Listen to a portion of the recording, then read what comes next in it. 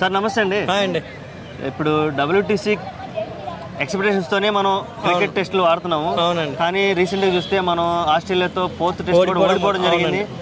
ఈ effect WTC మీద కానీ లేదా టెస్ట్ క్రికెట్ మీద, ఇండియన్ టెస్ట్ క్రికెట్ మీద ఎలాంటి ప్రభావం చూపించే అవకాశం ఉంది? నిజంగా ఇప్పుడు ఫ్యాన్స్ వార్గానే స్టార్ట్ అయిందండి. ఎందుకంటే కోహ్లీ గారిని అక్కడ చాలా మంది ఎగతాళి చేశారు. కానీ కోహ్లీ గారు నిలబడి, ఎందుకంటే జస్ట్ డ్రా చేసుకుని అయిపోయిండు లాస్ట్ మ్యాచ్. ఎందుకంటే 5th డే కాబట్టి ఒక 2 గంటలు మన వాళ్ళు నిలబడలేకపోయారు. ఎక్కడో బాధ అనిపిస్తుంది. ఇంకోటి అంటే రిజర్వర్, ఇప్పుడు రాహుల్ గారు కానీ, రోహిత్ గారు కానీ, కోహ్లీ వీళ్ళ ప్లేస్లో మంచి రిజర్వ్ క్యాండిడేట్స్ ఉన్నారు. ఎవర్రా అంటే నా అభిప్రాయం చెప్తున్నా, పుజారా గారు మొన్న డబుల్ సెంచరీ కొట్టినారు ఆయన అక్కడే ఆస్ట్రేలియాలోనూ కౌంటీ క్రికెట్లో. రెహనే గారు, మరి మన శ్రేయస్ అయ్యార్, వీళ్ళు ముగ్గురు ప్లేస్లో ఉండింటే ఎలా ఉండేది టెస్ట్ క్రికెట్ అనేది నా అభిప్రాయం అండి. చాలా బాగా ఆడారు ముగ్గురు. వాళ్ళు ముగ్గురు రీప్లేస్ వీళ్ళు ముగ్గురు చేస్తే ఇంకా బాగుంటుంది అనేది నా అభిప్రాయం.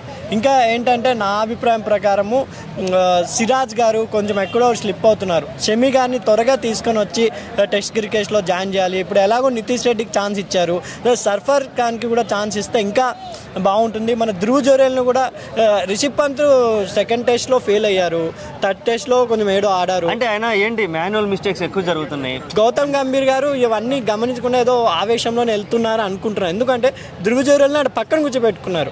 ధ్రువ్ జురేల్ ఉంటే ఎక్కడో కొంచెం డిఫెండ్ చేసైనా 5th రోజు మొత్తం అవుట్ కాకుండా చూసేవారు. ఎందుకంటే మనకు టైలెండర్స్ అక్కడ టైలెండర్సే కొంప ముంచారు. ఎక్కడో 160కో ఎక్కడో 8 వికెట్స్ పడ్డాయి ఆస్ట్రేలియాది. 226 దాకా తెచ్చారు మన వాళ్ళ టైలెండర్సే. బౌలర్స్ ఇద్దరు 9th వికెట్ ఎవరు పగలగొట్టు. అది కూడా బాధ ఏంటంటే పాపం ఒక బూమ్రా మీద ఆధారపడ్డాం. ఎందుకంటే ఆ రోజు బూమ్రా ఎక్కువ ఓవర్లు వేసి అలసిపోయాడంట. కెప్టెన్ చెప్పినా ఇంకా నేను వేయలేడు అనే పరిస్థితికి వచ్చి ఏంటంటే బౌలర్స్ కూడా మంచి క్వాలిటీ బౌలర్స్ ఉన్నా ఎందుకు రిపీట్ చేస్తున్నారు. సిరాజ్ గారిని, ఆకాశ్ దీప్ని అక్కడ రానాని పంపించేశారు.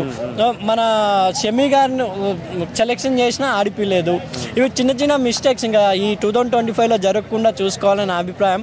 2020 ఇంగ్లాండ్తో ఉంది కాబట్టి ఎలాగో సంజు శాంసన్ గారికి ఛాన్స్ ఇచ్చారు. శుభన్ గిల్ గారు సెలెక్షన్ అంటున్నారు వన్డే 20 కానీ ఆయనకు వన్డే టెస్ట్లోనే ఆయన సత్తా చూపించుకుంటే అప్పుడే 20లో చూపించండి. చాలా మంది 20లో ఆడే యంగ్ క్రికెటర్స్ ఉన్నారు. ఎందుకంటే మనకు ఈసారి కప్ వచ్చింది కాబట్టి రాబోయే 20లో కూడా కప్ రావాలంటే ఇప్పుడు ప్రిపరేషన్ జరగాలి. నిజంగా రోహిత్ శర్మ గారు, విరాట్ కోహ్లీ ఇదే లాస్ట్ టెస్ట్ అని ఫ్యాన్స్ చెప్తున్నారు. కానీ చూడాలి ఇంకొక టెస్ట్ అదే సరిగ్గా ఆడలేకపోయారు వాళ్ళు. ఈ సంవత్సరం సరిగ్గా ఆడలేకపోయారు. అందుకే నా అభిప్రాయం ప్రకారము రిటైర్మెంట్ తీసుకుంటే బాగుంటుంది. ఇంకా కొంచెం ఏదైనా ఒక్క మంచిగా ఆడి రిటైర్మెంట్. ఎందుకంటే వీళ్ళిద్దరికన్నా హుషారు అంటే అశ్విన్ అండి. చూడండి ఇలాంటి పేరు వస్తుందని ఆయన ఆడకుండానే రిటైర్మెంట్ తీసేసుకున్నారు అశ్విన్ గారు. ఎందుకంటే వాళ్ళతో పాటే టెస్ట్లో వచ్చిన అతను కదా. అందుకే నా అభిప్రాయం ప్రకారం టెస్ట్ క్రికెట్ బతకాలి అంటే క్వాలిటీ క్రికెట్స్ని చాలామంది ఉన్నారు, ఛాన్సెస్ ఇవ్వండి. ఇప్పుడు ఆస్ట్రేలియా కానీ, ఆస్ట్రేలియా 19 years కుర్రోని ఆడిపిస్తున్నారు. అంటే 2020 అంత ఫాస్ట్ జనరేషన్లో ఒక టెస్ట్ క్రికెట్కి 19 years కుర్రోని ఆడిపించడం, అతను కూడా టెస్ట్ క్రికెట్ 20 ఆడినట్టే అన్నాడు. బూమ్రా బౌలింగ్ కూడా లెక్క చేయడు. 2nd innings డక్అవుట్ అయ్యాడు. అది పక్కన పెట్టుకుంటే ఒక కేర్లెస్ గేమ్ ఆడాడు. అంటే ఫస్ట్ హాఫ్లో బాగా అన్నాడు. ఫస్ట్ ఇన్నింగ్స్లో 60 చేశాడు ఫస్ట్ మ్యాచ్కి. అంటే ఎక్కడో 19 years స్కూల్లోని కూడా వాళ్ళు టెస్ట్లో తెచ్చి ఆడిపిస్తున్నారు. అంటే మనోళ్ళు ఎందుకు ఇంకా పాత వాళ్ళనే అంటే వాళ్ళ హయాంలోనే ఆడేటట్టు చేయండి. ఇప్పుడు నితీష్ రెడ్డికి ఛాన్స్ ఇచ్చారు, ఆయన నిరూపించుకున్నారు. అలాగే ముందు కొత్త వాళ్ళకి సర్ఫరాజ్ ఖాన్కి ఒక ఛాన్స్ ఇచ్చారు, మళ్ళీ కూర్చోబెట్టేశారు. అలా బాగుండదు. సర్ఫరాజ్ ఖాన్కి కూడా ఒక ఛాన్స్ ఇస్తే ధ్రువ్ జురేల్ని కూడా తీసుకున్నారు కానీ ఒక్క మ్యాచ్ ఆడలేదు. ధ్రువ్ జురేల్ కూడా ఛాన్స్ ఇచ్చిండి ఈరోజు ఫలితం ఇలా ఉండేది కాదని నా అభిప్రాయం అండి. ఓకే, ఇప్పుడు గంభీర్ గారు తీసుకున్న నిర్ణయాలు ఎలా అనిపిస్తున్నాయి? అదే ఫాస్ట్గా నేను ముందే గ్రహించి చెప్పాను. గంభీర్ గారు కోచ్గా అంత అంటే మన కోచ్గా అంటే రాహుల్ ద్రావిడ్ గారే సున్నితంగా ఆలోచించి అందరి మనసు, ఆయన క్రికెట్ ఆడేటప్పుడు కూడా అంత విమర్శల పాలు కాలేదు.